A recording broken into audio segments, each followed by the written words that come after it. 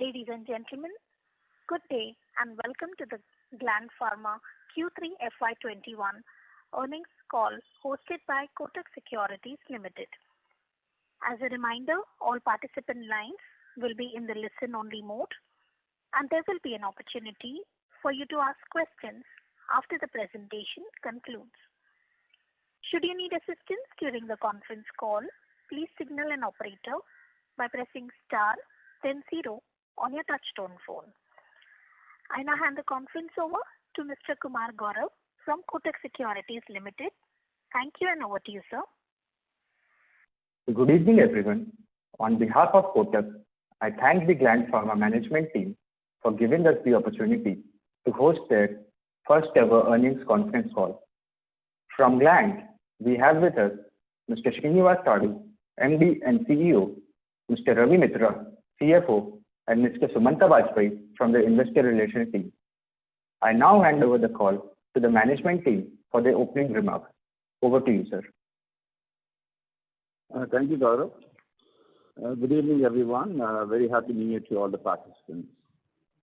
This being the first earnings call after listing, I would like to start the call giving you a brief overview of the business and strategy before diving into the performance for the quarter and 9 months FY21.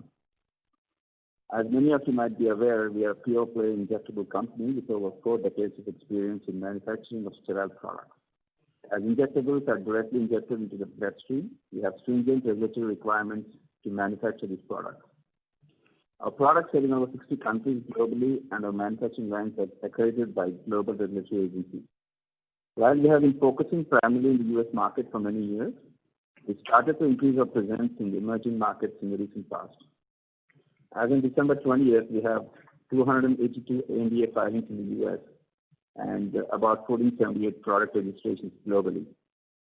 We predominantly operate through a B2B business model, wherein our partners handle marketing and sales of the product to the end customer.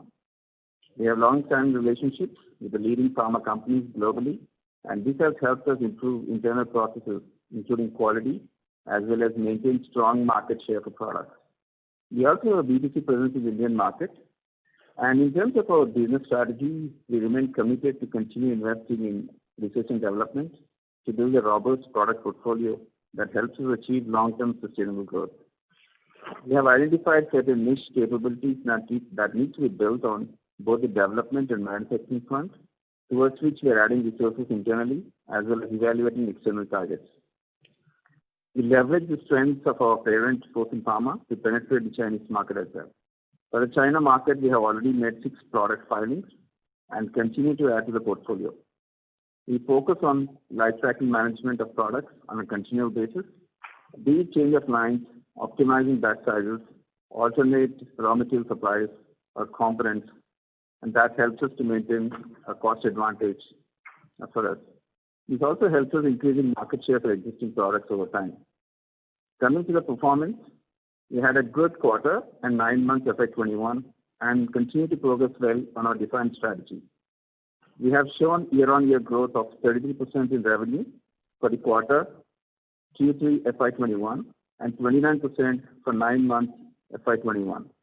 We saw year-on-year growth in PAT of 32% for the quarter Q3 FY21 and 27% for the 9 months FY21. We have generated rupees 4,056 million of cash flow from operations, despite inventory build-up on account of COVID-19. In spite of several challenges and costs related to COVID and external factors like removal of NEIS scheme, our business managed to deliver strong results on account of the resilience of our product portfolio and our unique business model. Let me take you through the business highlights across various geographies. In line with our strategy of geographic expansion into emerging markets, we have put in place efforts which have started showing good results. Our emerging market business is growing rapidly and has accounted for 16% of our 9 months FY21 revenue. We have seen 161% year-on-year growth in revenues for the quarter and 119% growth in revenues for the 9-month period. We entered new markets like Singapore, Israel, Armenia, and Saudi Arabia to new partners during this period.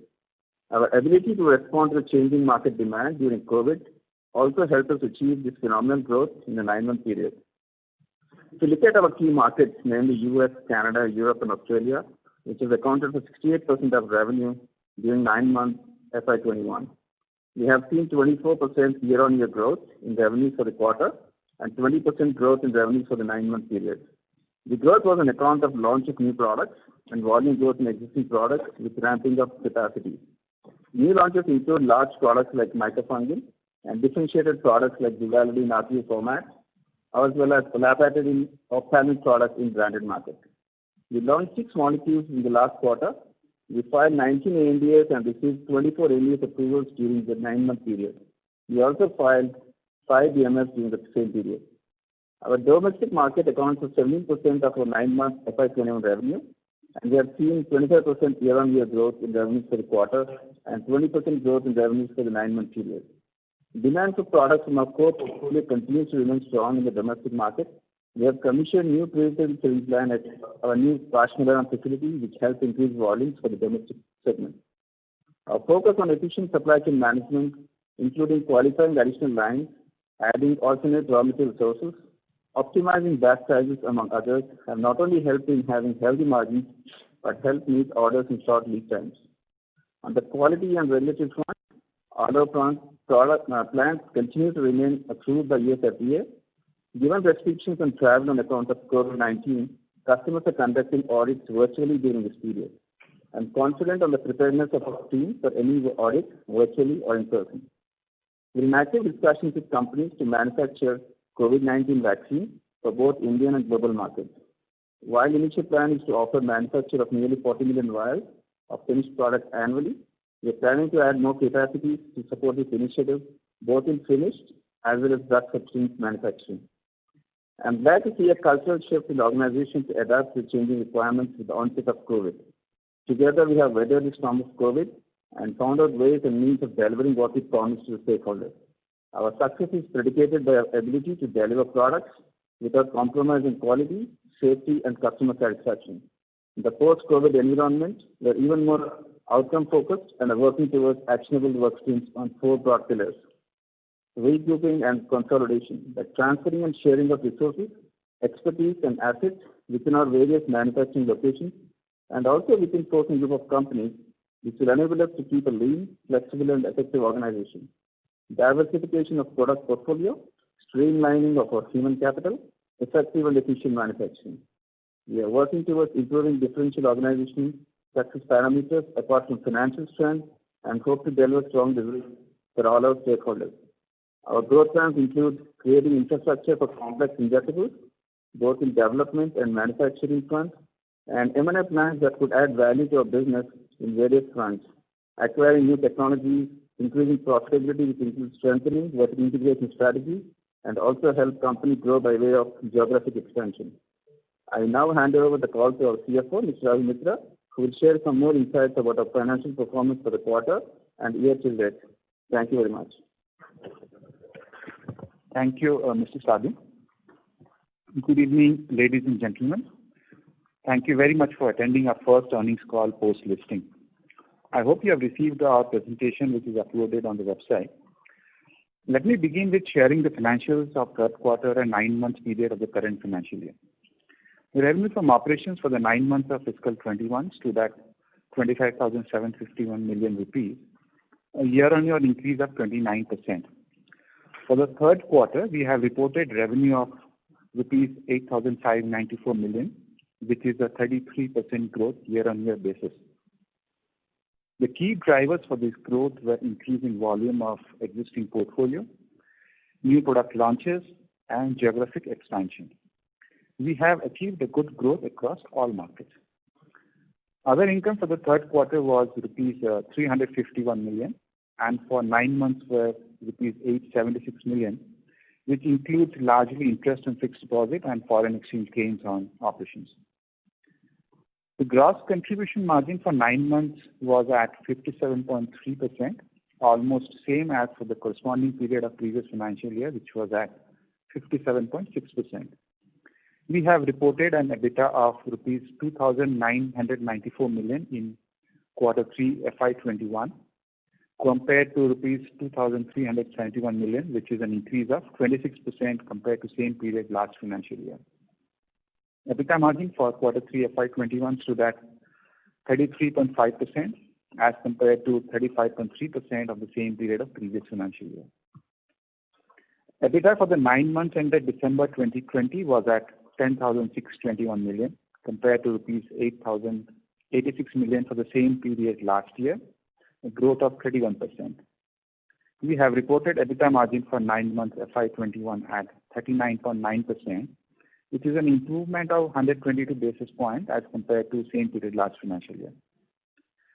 Our net profit for third quarter was rupees 2,041 million, a growth of 32% compared to quarter 3 FY20.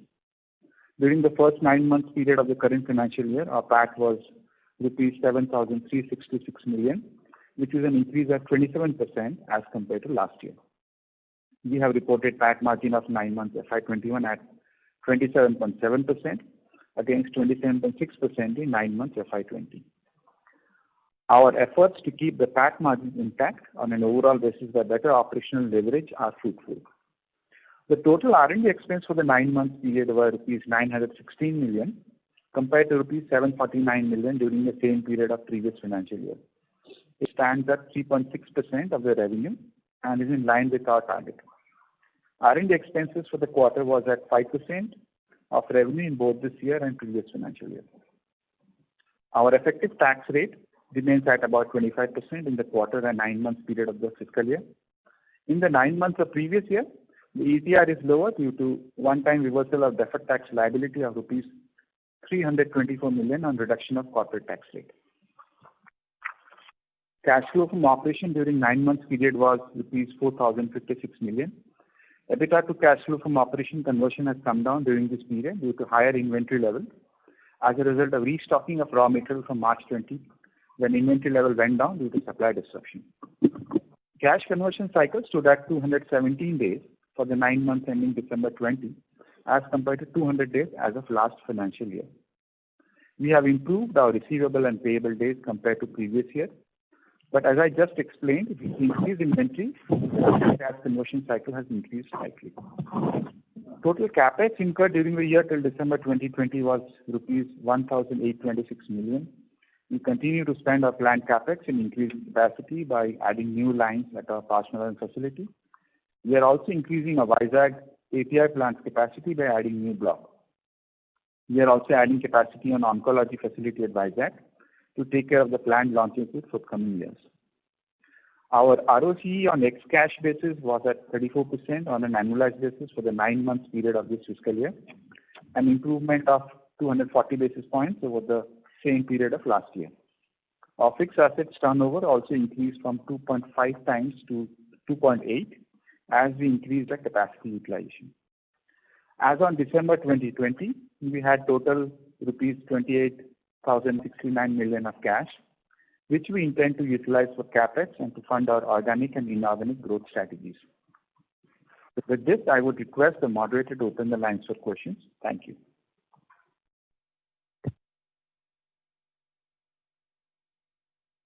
Thank you very much. We will now begin the question and answer session. Anyone who wishes to ask a question may press star and 1 on the touchtone telephone. If you wish to remove yourself from the question queue, you may press star and 2. Participants are requested to use handsets while asking a question. Ladies and gentlemen, we will wait for a moment while the question queue assembles.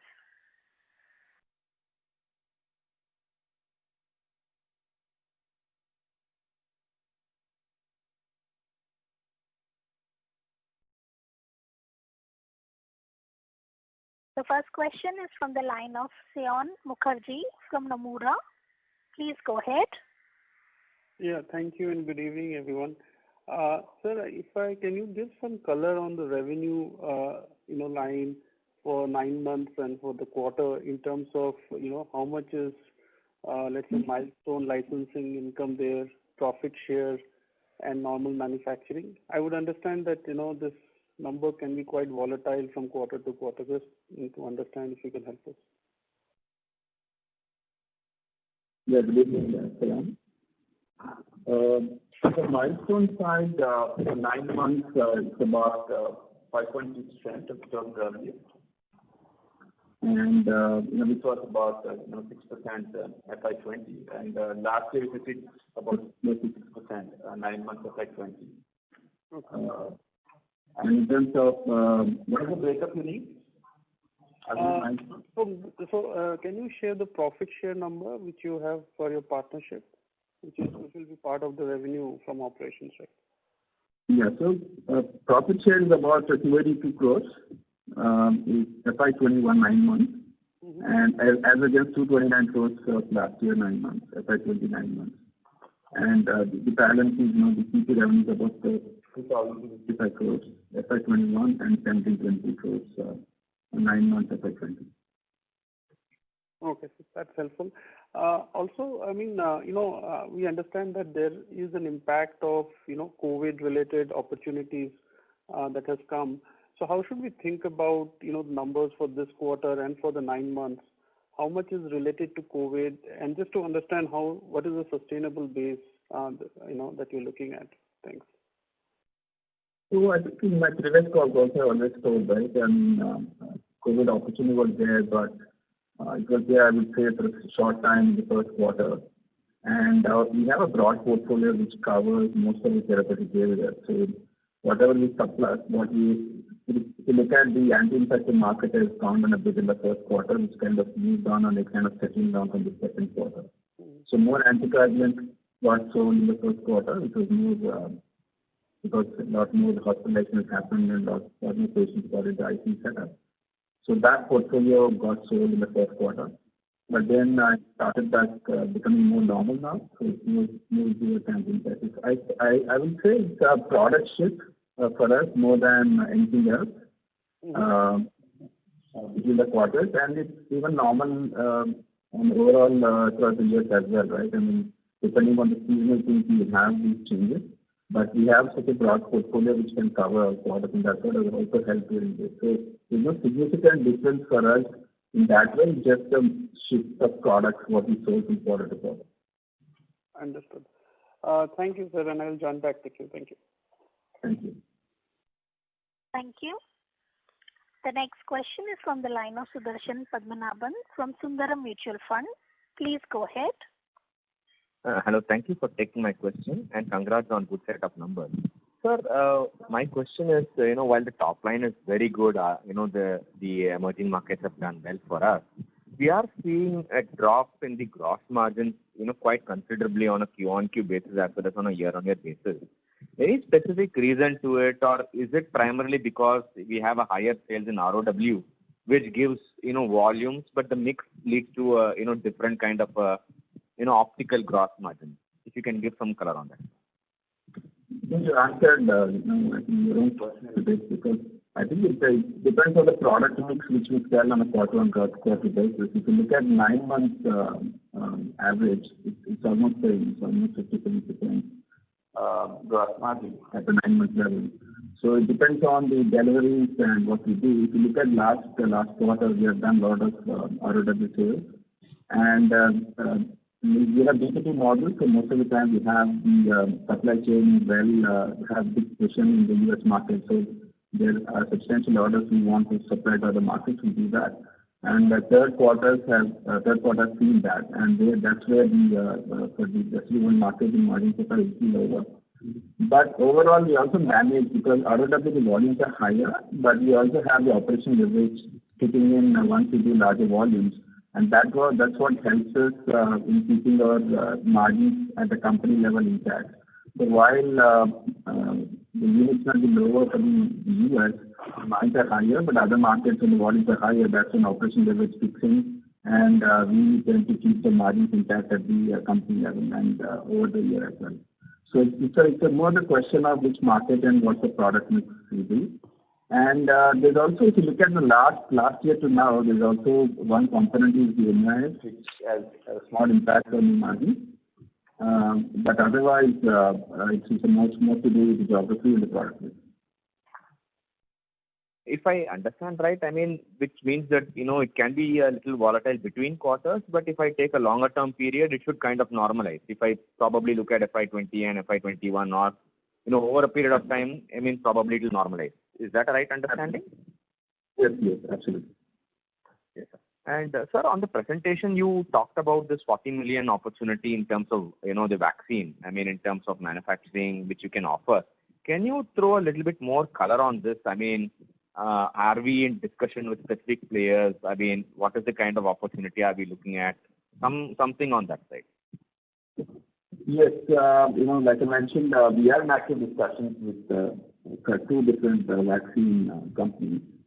And we offer the first, because we have readily available capacity to offer the 40 million, and that's what we offer. And we want to invest in additional capacity to cater to this opportunity as well. But we will enter the market once something solid happens, once we enter an agreement, we will enter the market. And one final question from my side is on the inventory. I mean, the working capital has, kind of shot up largely on account of inventory. I mean, I assume this would be primarily because of COVID, which would normalize going forward. So we should be back to where we were probably in FY20. Is that a right understanding? I would say FY20, because of COVID, actually got reduced. I think it's about 120 days of inventory days we got down to. We always wanted to have a little bit more inventory than probably other companies, but it is normal for a B2B company because we are in injectable space. A lot of times opportunities come to us at a short time. We need to supply, whether it could be drug shortage, it could be volume volatility. So to cater to that need and being a B2B model to support our customers, we tend to keep a bit of high inventory. FY20 is a little abnormal because of supply chain disruptions. We use more of our inventories and incoming materials are not coming. So it's a little of aberration. But if you look at FY19, it's about 200 odd days, and that will be in line moving forward as well. Thanks a lot, sir. I'll join back.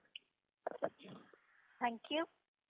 The next question is from the line of Ashish Thavkar from Motilal Oswal Asset Management Company. Please go ahead.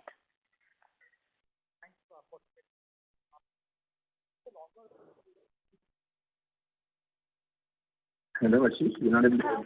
So your voice is not audible. I'm audible now? Yes, sir. Hello. Go ahead. Yeah. So I was trying to figure out over a longer term, over the next 2 to 3 years, if you could help us understand how should we look at our base business revenue growth and the new launches. So we cannot give a guidance, but what we could say is if you look at our last 3 years, our new launches is helping us grow. I think it's adding about 10% growth to our revenue, and the rest is about 15%. And that's what we are doing, and that's what we internal KPI as well. So 1-2% this way that way, but that's what we're thinking about. Normally the new products gives us a growth of about 8 to 10%. And then older products is going around 50-60%. Okay.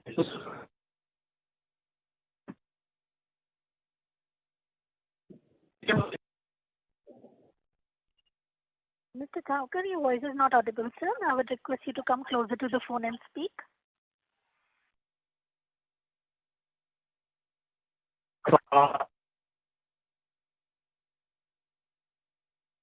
It's not audible.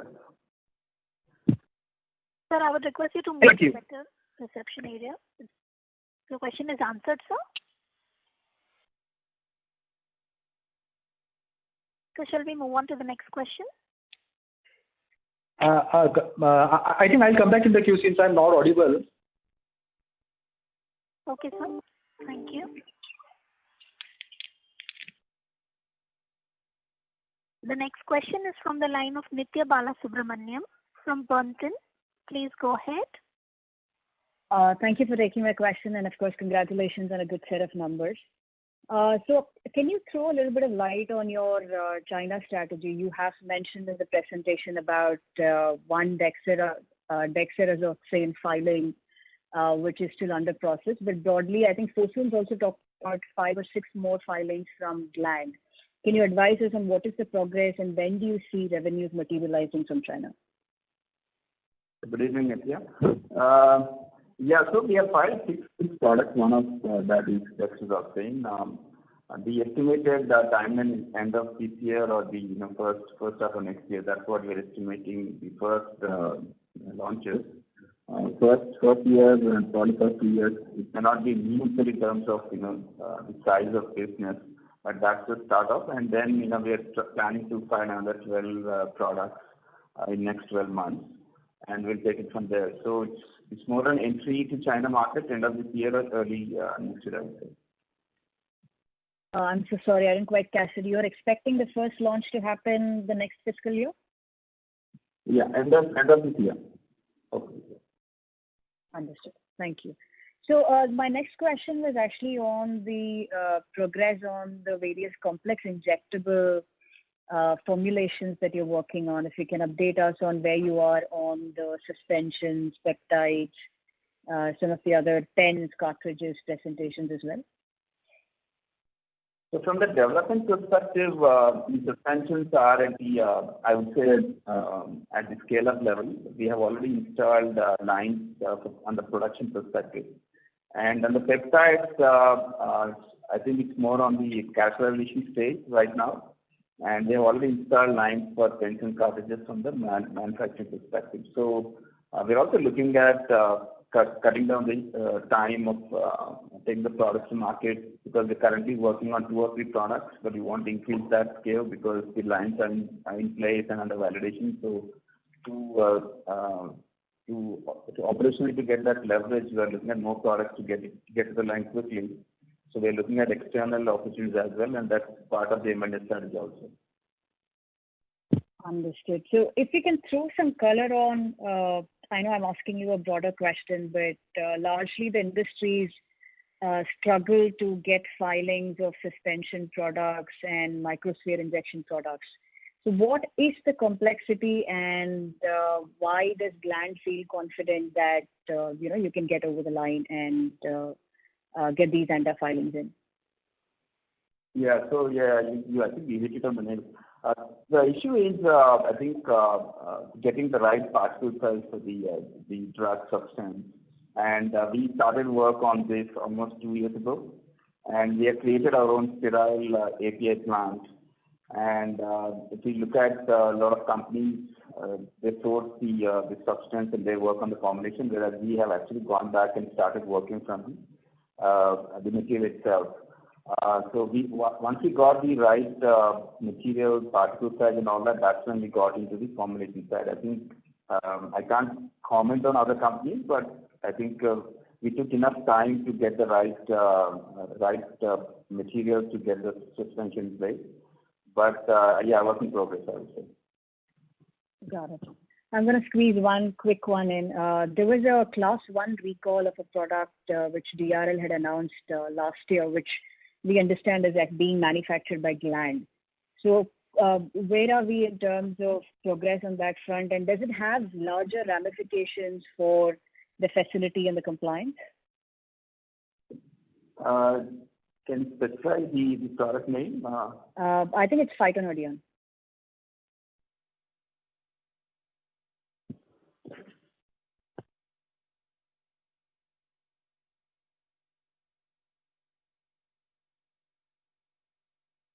We'll get back to you, Nitya, on that. It's more a contract manufacturing product. So the development is done by Dr. Reddy. So I think it's related to that. So I will come back to you on that. Maybe a generic question then. So in case there is a class 1 product recall and you are a CMO, are there any wider implications in terms of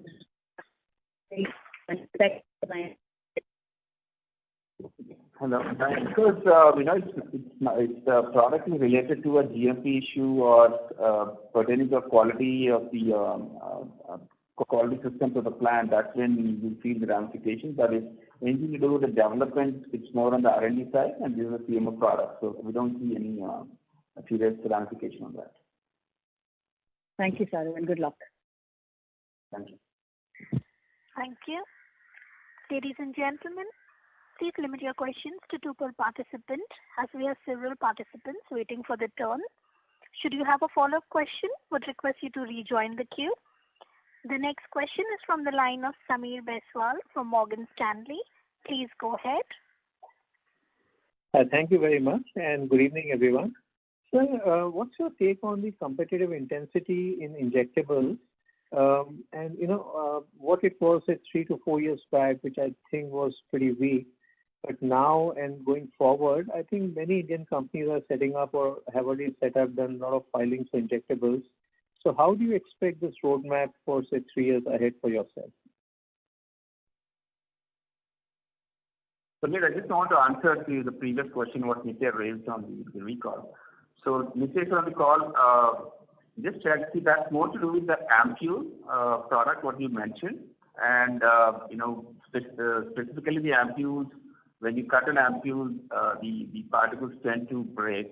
I need to have a right ampule, and in this case, the product is developed by Dr. Reddy, and the components are also developed by, are chosen by the other company. So it's nothing to do with the company at our side, because it's a CMO business what we did. Yeah. Now, taking on the Samir, your question on the competitive nature of the injectable space. Yeah, I mean it's not now, right? I mean it's been last couple of years the space has become a little crowded. People are entering into the space. I mean if you look at 4 or 5 years ago, probably there were only 3 or 4 players, major players, but now it's a bit crowded. But look at the number of products we have filed in the US, the number of facilities we have, the infrastructure what was built over here. So this was more complex than a normal dosage form, right? I mean, even today as we speak, we are not into all delivery formats to be leading in the injectable formats. We are there in many of them. And the companies who have entered in recent times have entered just in liquid format, in vials or lyos. It is a limited delivery format. So to get that technology in place for a lot of delivery formats to be competitive in that, it takes a few years to get there. And also the business-wise, you need to have the broad breadth of portfolio to dominate the space, and it took us so many years to get there. And it's a basket approach which the market look at. People coming with 10 products, 15 products cannot dominate the space. So I would say, we are a little ahead on that because we are focused in injectables. Almost 40 years we are here. We have created that breadth of portfolio across all therapeutic areas. And that's one of the reasons our, the growth has been very consistent and across the years. And we are entering new formats almost every year, right? And as we speak, I was saying we already got into pens and cartridges, which not many companies got in. And it takes that much time to get expertise in that. So although it's becoming a little complex, but again, once the scale is getting increased, there's also complexity of the quality systems in place, and that's one of the reasons you see so many issues happening at various sites. So injectables is a space where you need to have the technology in place, you need to have that expertise in place, and the quality systems have to be there when your throughput has gone up in the plant. And unless you have those large throughputs, you can't really dominate in terms of your cost advantage you get. So I think we are in better place than most of the other players, I would say. Yeah, thank you very much, sir, for that, and that's useful. Sir, what happens in the oral solids, etc., is the moment a new player gets its ANDA approved, he may not get a market share, but he gets the pricing down for everyone, and that's a sort of a bidding game that starts, So while your competitive advantages may stay, I'm sure it will stay, but the moment there are new approvals for your categories of product, does it have any instantaneous pricing action for the incumbents such as yourself? So if you look at the portfolio, what you choose every year, right? I mean, we are filing about, say, 24 ANDAs on an ongoing basis. And part of the portfolio is the new product launches, where everyone tries to launch on the first day of patent expiry so that you can get into those GPO bids. And those where you can get more volumes. But products which are already genericized, that's when people try and break those contracts so that you can offer a better pricing. Now, there are instances where people come in, new entrants come in and break that, but ultimately, I know it's decided a few months later. You can see a lot of injectable products now, you see 8 or 9 players. But if you see active suppliers, again, it remains to be 4 or 5 because people come in, disrupt, and then get out, and there's a shortage situation. So more and more GPOs are also now coming out with these requirements of history of supplies We have a clear regulatory history. So there are several things we are looking at, not just with price. So it's not like a solid oral. I think it's a little different in India for this. Permission, one final one from my side, just an extension of this. For your mature portfolio, what's the sort of price YOY? Does it remain stable? Does it roll down mid-single digit, or how does your pricing for your mature portfolio behave? So if you see our matured product portfolio, the gross margins are around 50%, 50-55 in between that, 50% I would say, which is in line with the rest of the world market. But when you launch a product, that portfolio gives around 65-70% and probably settles down after 2 years around 50-55 in between. So that's how the margin profile is. Okay, excellent. Thank you so much. Thank you. The next question is from the line of Amey Chalke from Haitong Securities. Please go ahead. Yeah, thanks for taking my question. First question I have is wanted to understand any seasonality of in the business, because now the 9-month numbers are out and it looks like typically we have reported good margins in the first and the fourth quarter. So is there a change in product mix during the time of this year? And also the second question is also on the margins. The other expenditure has gone up sharply during this quarter from 60 crore kind of a run rate to more than 80-90 crore. So does it include the IPO related costs, and what would be the sustainable run rate going ahead? Yeah. So on the expense question first, is that this quarter had higher expenses on the R&D side also because of more filing happening this quarter compared to similar quarter last year, or even the immediately preceding quarter because of COVID. Mostly it got linked to the filing. So that's higher by about 19 crores in this quarter. And also our consumption of stores and stores etc. went up along with the volume. And also with COVID, we had certain additional expenses to take care of that employee-related distance maintaining and certain precautions we have to take. So that's around 3-4 crores additionally in this quarter. That's largely the reason. There's no expense related to IPO here. Okay, so do we expect to come in fourth quarter? No, IPO expenses as per the accounting, it's adjusted with the issue proceeds. And since you are aware that there's a OFS part also, so those expenses have been taken care by or absorbed by those shareholders. Company's expenses are only restricted to the fresh issue side, and which, if you see our results, we have mentioned that where it has been adjusted. Okay. Then on the business side, the seasonality wise, yes, there is some seasonality in terms of especially the anti-infectives. Probably it's normally at the end of the year. But it all depends on the product mix where we are selling more. Normally, I think third quarter we sell more in rest of the world markets. Being a B2B, we also see end of the year, the holiday season in the US. So there's a fewer dispatches happening at the end of the year during the Christmas time. So more goes to ROW. And that's why the margin looks like that. But overall, at the annual level, it kind of keeps in time. Sure. The second question is on the global enoxaparin opportunity. It is big products with a limited players who are producing it. So we have already entered in the US and one of the ROW markets. So any thoughts on entering into regions like Europe, or how's the price realization over there? Yeah, so Enoxa is a huge market, but it's a volume product than the margin product, right? So we are entered markets and selling in markets where the restrictions are there in terms of, it's some countries it's considered a priority product, like Brazil. We are big in Brazil because the clinical trials are required, so not many players are there. So we have entered that market, early 2000, and we have done the clinical that time. So that's kind of a solid. So we always look at the bottom line as well, not just the top line. And other markets, there are several markets where the Chinese have entered directly, where the margins are very low. So we are not too keen on compromising on the margins there. If you look at Europe, it's completely different ballgame in terms of it's considered a low market heparin.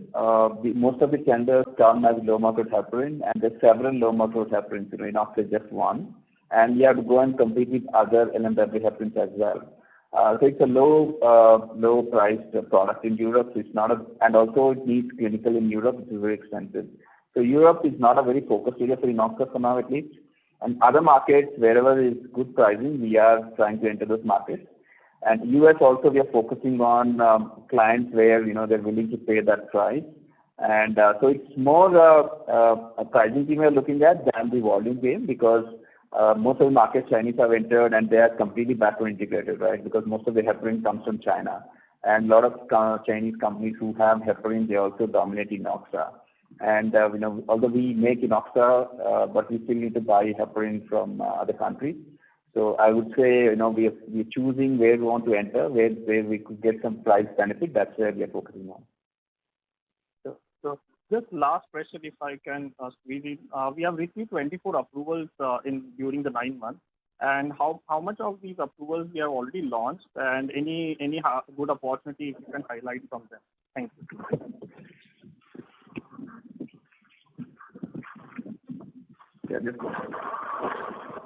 I think around 17.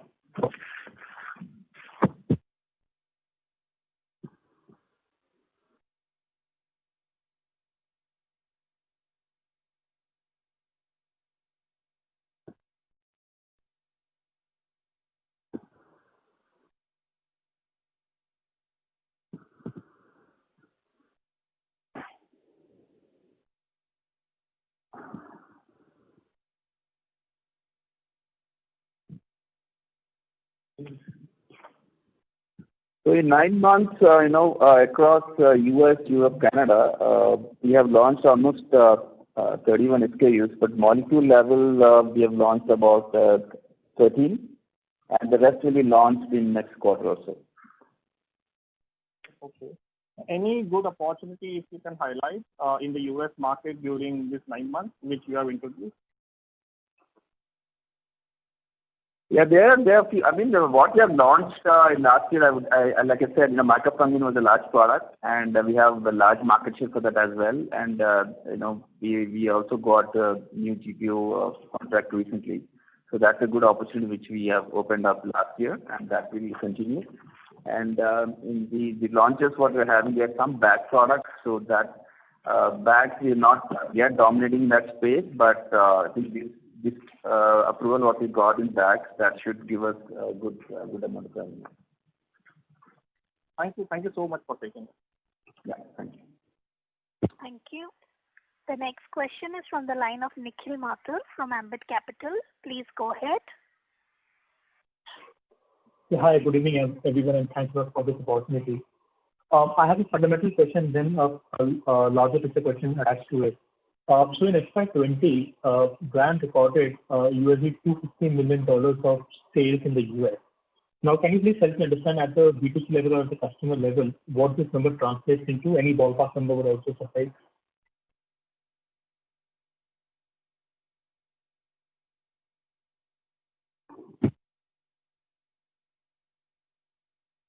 You mean the front-end level, the approximate value you're saying? Yes. It's about 450-500 million, I would say. Okay.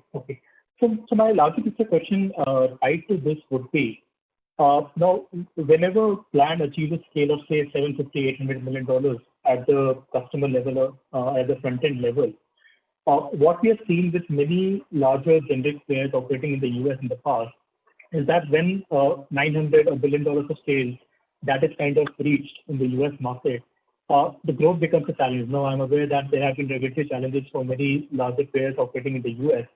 But from Gland's perspective, we aim to grow beyond $800-850 million of front-end level sales in the US. Does it become a challenge at some point in time?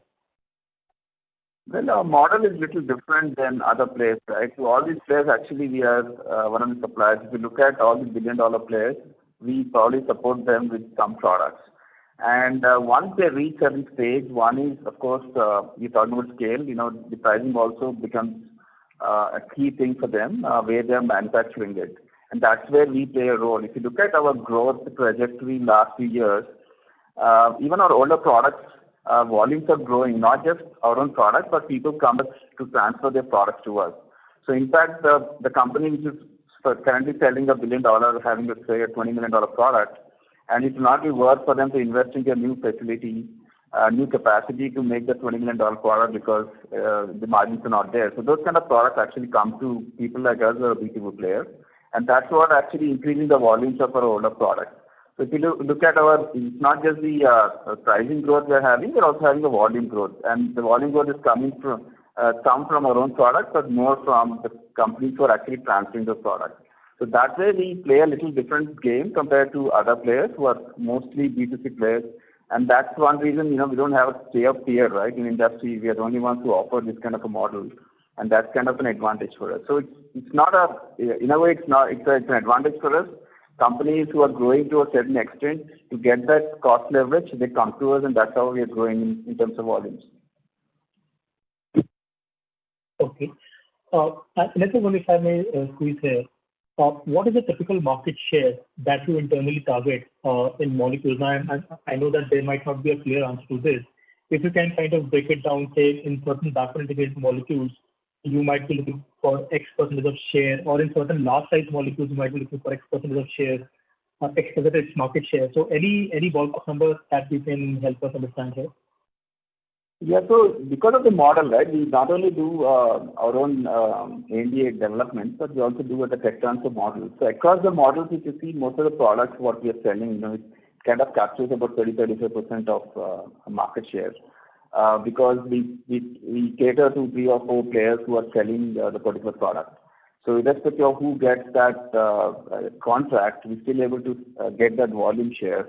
So I would say, most of the products what we are selling, I think it hits around 30-35% and sometimes over 25% market share. Sure. And just one final question. So over the next 3 to 5 years, are there decent enough molecules which are probably more than $400-500 million of sales currently before the patent expiry? And can you give some color on this thing? See, there will be several, especially in oncology, there are several big products, but I would say, everybody actually goes after these big products, and you ultimately end up with 15 players, and each individual getting a very little volume share. So our always focus has been pick those products. Of course, the first one is, you have to be there on the first day of patent expiry, and the rest depends on how you leverage your capacities better, what capacities you have idle so that you can use those facilities better, so that you can get your costs down. So we do that portfolio mix where, we just not go after these huge, big molecules like the other players do. But what we do is have this mix where, especially when you are adding the capacities, you need to be leveraged well so that your costs will come down. And if you see some of our, if you think our gross lines have gone down for a quarter, but we have a better operation leverage because that's what we do. We do that mix and match thing so that we have those margins intact, and that's what we've been doing. So it's not just the large molecules we go after. I would say, there's several products in our portfolio today which actually gives us more profitability than the large products, somebody mentioning enough preparing these kind of products. So it's just not the top end we're looking at. Sure. And then just final question, if I may please squeeze in. Can you give some color on what are the current capacity utilization levels at a blended level for the company? And over the next 2-3 years, would there be incrementally more capex that will put pressure on this utilization level going up? Or do you believe that the utilization levels over the next 2 years can materially go up?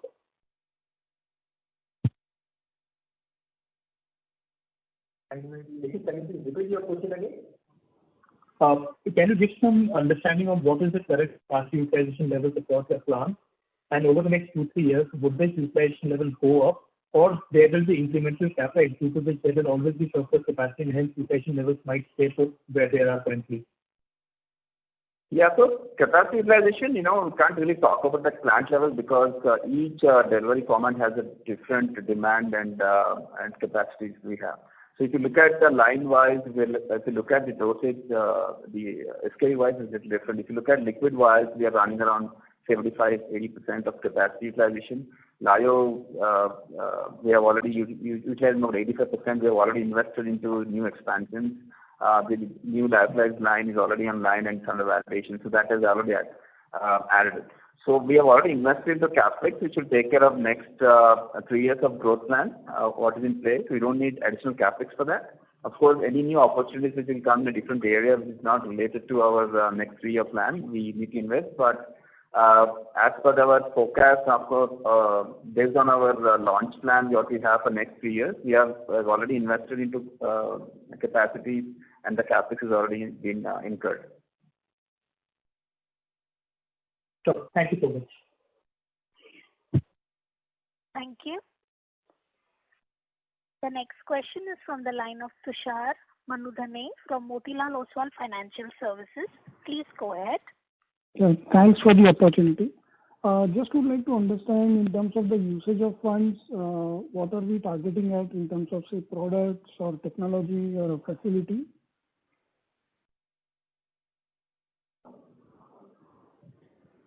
Yeah, so it's the usage of funds, like we have filed, 2 or 3 areas we're looking at. One is the API. We have a vertical integration strategy, so we have expanding the API facilities. Because if you see, if you look at our current portfolio, about 25% of our revenue comes from backward integrated products. So last year, if you look at today, it's about 30%, and we want to increase that so that the dependence on external API sources should go down.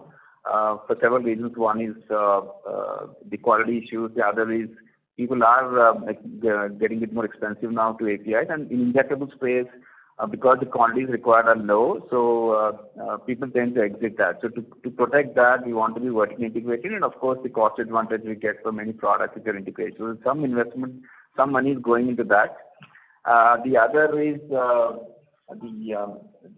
CapEx in terms of our the facility where we have invested in the suspension and suspension line where we're working on the long-acting injectables as well.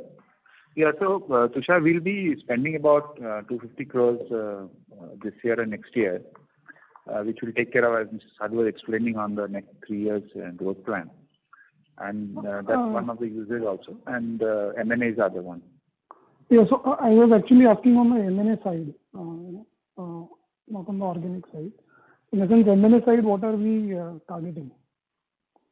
So on M&A side, like I said, one is the fermentation side, where, like I said, we don't have the in-house capabilities to work on fermentation-based APIs. And we are very strong in anti-infectives. Almost 30 to 30% of our revenue comes from anti-infectives. So we are looking at assets which can make those fermentation APIs.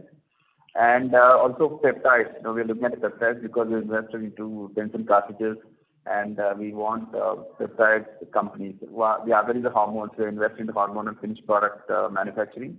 So that's another area we're looking at. And assets in the US, right? I mean, there are several restrictions for some products, especially controlled substances, which you can't enter that market from outside the US. We're looking at assets in the US, which we can fulfill that need as well.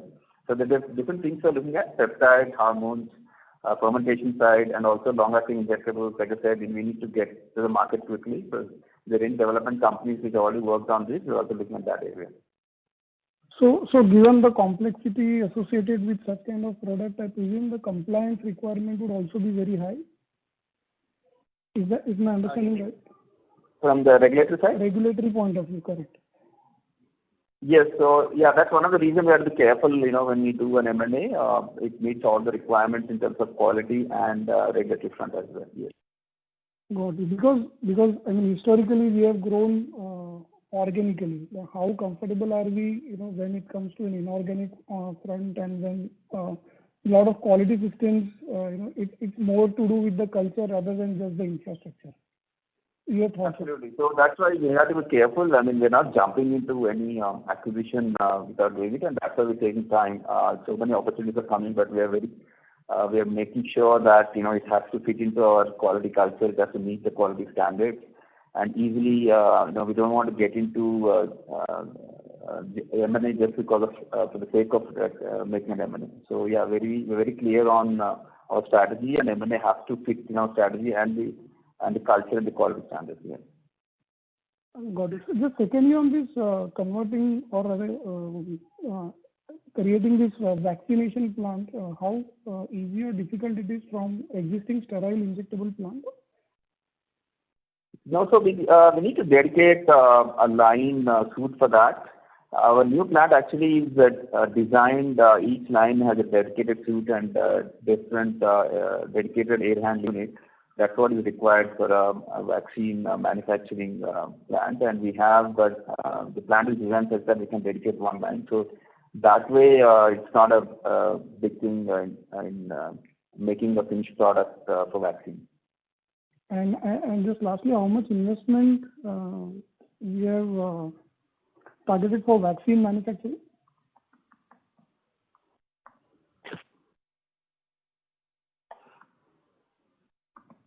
So currently it's under discussion. So if we more than like I said in my call, we have enough capacity, like 40 million can be given. But if the demand is more, and if we are entering a contract which we have to supply more than that, probably we have to go and add one more line or something, so that the investment is required for that. So some of the proceeds or the cash what we have can be used for that as well. Yeah. Okay. And just lastly, in terms of the clarity, in terms of the margins, so while the quarterly profitability could be lumpy, but on a 12-month basis or a full year basis, how much EBITDA margin can be considered as a base case? So we cannot give a guidance on that, but if you see a 9-month, so we have been consistent across that.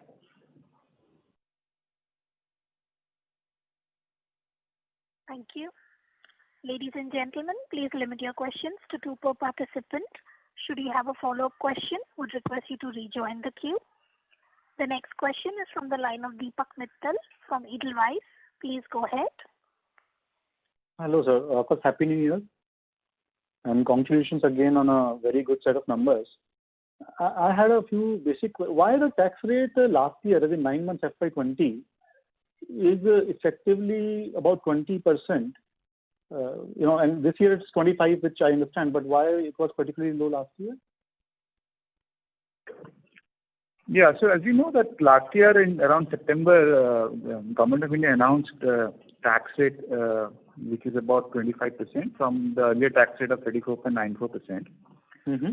So basis of that, there was a reversal of deferred tax liability which was existing on last year, and that the impact is about 324 million. That is why there is a lower tax rate in 9 months FY20. Understood. And I actually back calculated the numbers for quarter 2 in terms of both revenue, PAT, PBT, everything. And what I see is that while there was a revenue growth in quarter 2 of 22-23%, the PAT actually declined this year versus last year for quarter 2. Would you help us understand why would that happen?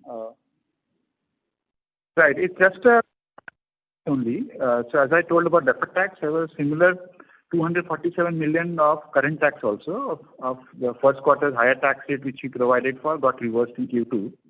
So overall the tax impact, if you see quarter level, it was 571. So if you normalize that, we will leave at a PAT growth of also about 20%. Understood. Thank you. I'll leave it to 2 questions for now. I'll come back and join the queue. Thank you. Thank you. The next question is from the line of Ritesh Rathod from Nippon India. Please go ahead. Yes, sir. Can you help us understand in terms of in US business share you would have at aggregate injectable market, since you mentioned $450 to $500 million is the revenue at a customer level. So what kind of volume market share you would have at aggregate level in the US market? Well, I mean, if you look at injectable space, it's huge, right? I mean, we're not even there in many of the formats, whether you call it sterile bags and several other formats are not there. So on a product basis, on average, we have over 25% of market share, I would say, in terms of volumes. But at the entire industry level, I can't be telling because it's a wrong number because the several, for example, like I mentioned about controlled substances, we're not even there in that. We're not into the cephalosporins, we're not into penicillin, so we can't really compare. We can only tell the volume share in our own products. That's all I could comment on. So how many million units or issues you would have supplied in FY20, which would have landed to US directly or indirectly?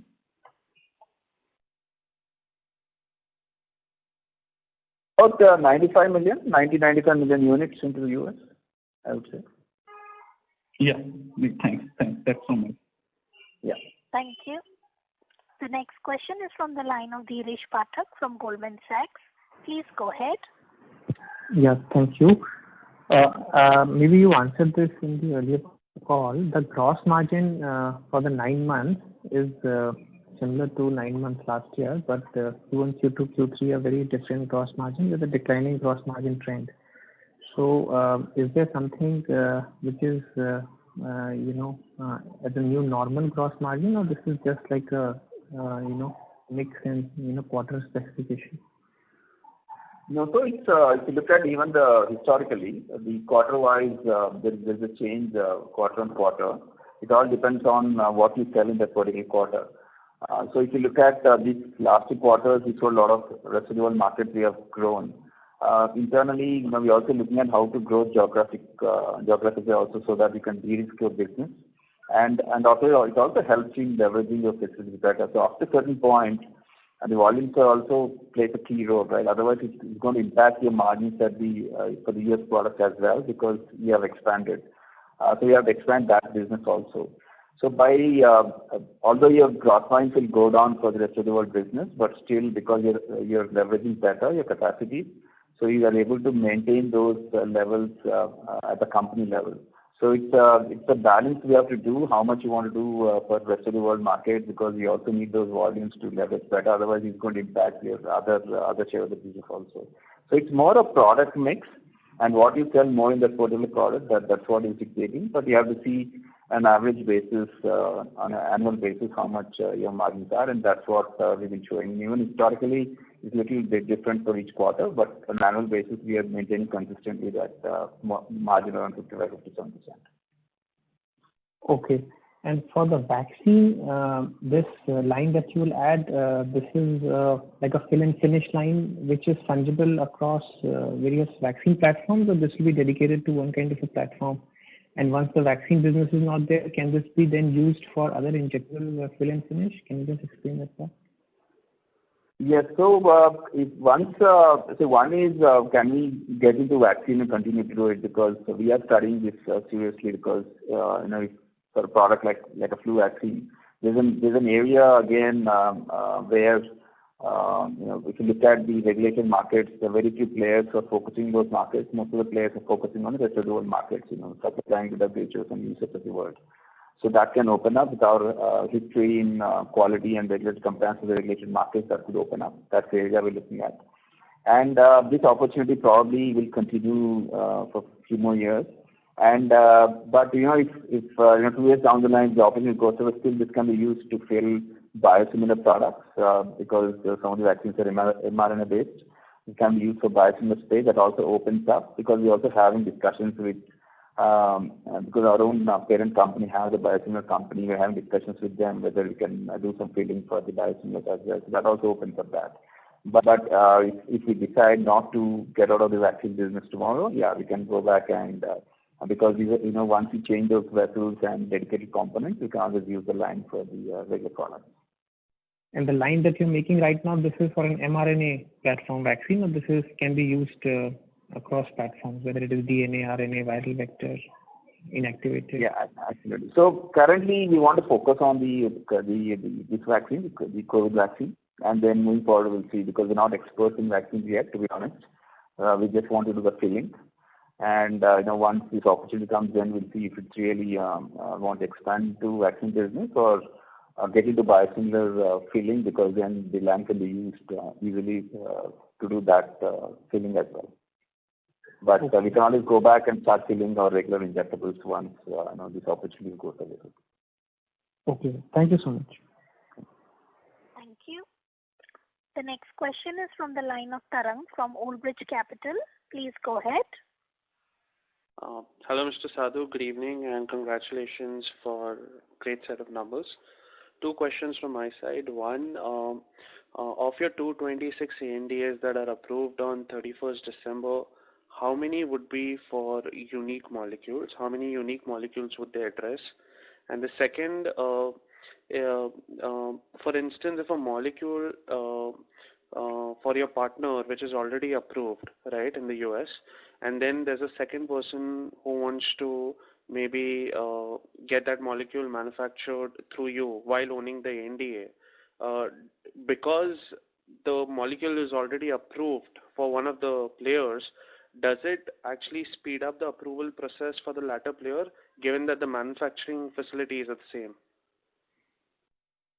No, actually each individual ANDA is different, so it will take a similar time, but the approval process is definitely is faster now than before, so probably you're getting approvals in 12 months, 14 months mostly. And coming back to the question of 226 approved ANDAs, molecule level it's about 123 molecules.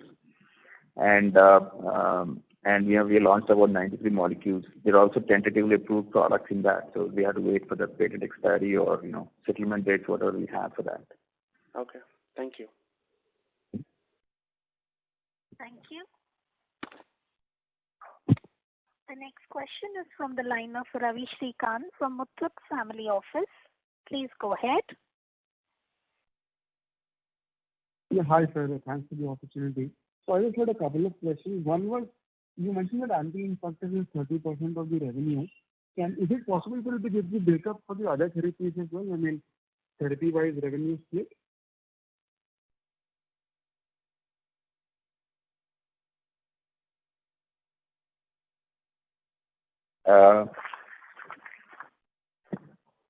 And if you look at 9 months FY21, like I was telling in the beginning of this call, the anti-infectives have gone down a bit this year because of the COVID, and most of the anticoagulants have gone up. If you look at last year, 9 months it was 32% of anti-infectives, and this 9 months it was about 27%. But it's kind of going back to normal levels in this quarter. If you look at cardiac, it is about 25% in 9 months, the revenue-wise. And then pain and pain management is about 11%, and the anticoagulants and blood systems about 10%. And these are the major therapeutic areas right now. But we, as a company, we don't focus on therapeutic areas. We just we go like I said, the portfolio is a mix of first launches and volume builders. These kind of products we look at. So we don't go by therapy. It just happens to be that this year it's anti-infective, but it might change. Started launching more products from other therapeutic areas. Okay. So then the second question was actually on the sort of medium to long-term strategies for your sort of, promoter, which is Fosun. So, what is their thought process regarding their investment in Gland? Would it be possible for you to give your opinion on this? Well, although we can't comment on their long-term plans on the company, but at least for now they intend to continue to they make a company as a platform for the global injectable format. While most of all the subsidiaries are within the US within the China. And they make us any acquisition they do or anything related to injectable, they kind of run through us. So basically they think we are like the leaders for them for injectable platforms, and they want to continue to invest in the company. And with them being there, it's a big advantage for us in several areas. One is on the API front. We have several subsidiaries which make APIs, which can help us in backward integration. Getting into China market is so difficult, so we're getting help from there. So there's several advantages of being there, but from their perspective, as of now, they continue to invest in the company, and they want to continue to grow this company as well. Okay, sir, and if I may just squeeze in one more question. So I understand that you have a batch manufacturing process. It's a very basic question, but generally, is there any such metric? How often do you run these batches, or how often does the customer sort of pick up these batches? You want the back batches? I mean, so whenever you sort of, manufacture molecule or whenever you manufacture, so I'm assuming that you do it in a batch manufacturing sort of a process. So, I mean, is it like once a year you run a batch for a particular molecule and then the customer, sells that over a course of... No. It's always order to make. So, because being a B2B, we get orders and then we have lead times. We have agreed lead times and they place orders based on the contracts they have. We get an annual forecast and they have a firm forecast for 6 months and for many players. And, we have an annual rolling forecast on a monthly basis. And that's what we've done. And it's on a batch basis. They buy as batches. So it's made to order. So, it's flexible. There is no hard and fast rule that it is generally 3 months or 6 months. So depending on the order size, it can change. Yeah, correct. And see, most of the injectables, once they have contracts in place, they exactly know how much they need for the year. And, based on our lead times, they kind of spread out the delivery times. Well, thank you, sir. Thanks for the time. Thank you. Ladies and gentlemen, this was the last question for today. I would now like to hand the conference over to Mr. Sumanta Bajpayee from Gland Pharma for closing comments. Thank you. Thank you everyone for joining us today for our first call after our listing. If any of the questions still remain unanswered, please feel free to reach out to us or you can write it to us. The earnings call record as well as the transcript will be made available on our website shortly. Thank you. We will see you again on our next earnings call. Thank you. Thank you. On behalf of Kotak Securities Limited, that concludes this conference. Thank you for joining us, and you may now disconnect your lines.